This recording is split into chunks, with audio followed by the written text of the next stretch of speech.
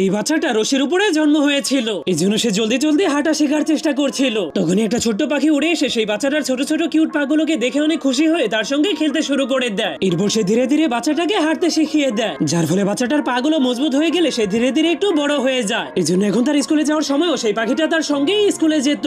এমনকি বাচ্চাটা কোনো মজার খাবার খেলে সে ওই পাখিটাকেও খেতে দিত। এভাবেই অনেক বছর কেটে গেলে সেই ছোট্ট বাচ্চাটা অনেক বড় হয়ে যায়, কিন্তু তবুও সে ওই রশির উপরেই চলাফেরা করত। তখন সে লাল লাল ডিস্কো জুতা পরে নাচতে শুরু করে দিলে পাখিটা তার নাচ দেখে অনেক খুশি হয়ে যায়। কিন্তু একদিন হঠাৎ করে সেই মেয়েটার সঙ্গে একটা ছেলের দেখা হয়ে গেলে তারা প্রথম দেখাতেই দুইজন দুইজনকে পছন্দ করে ফেলে। কিন্তু সেই ছোট্ট পাখিটার এই বিষয়টা একদমই পছন্দ না হলে সে ছেলেটার হাতে ঠোকর মেরে তাকে তাড়িয়ে দেওয়ার চেষ্টা করে। এরপর ছেলেটা তার হাতে একটা স্প্রিং রাখলে পাখিটা সেটাকে দেখতে গিয়ে সেটাতে একটা ঠোকর মেরে দেয়, যার কারণে তার ঠোঁটটা সেটার সঙ্গে আটকে গেলে ছেলেটা তাকে বাঁচিয়ে দেয়। এর জন্য পাখিটা বুঝতে পারে সেটা ভালো ছেলে, যার কারণে পাখিটা তাদের দুইজনকে একসঙ্গে মিলিয়ে দেয়। এই জন্য সেই ছেলে আর মেয়েটা অনেক খুশি হয়ে বিয়ে করে নেয়। কিন্তু তখনই তাদের দেশে যুদ্ধ শুরু হয়ে যায়। এই জন্য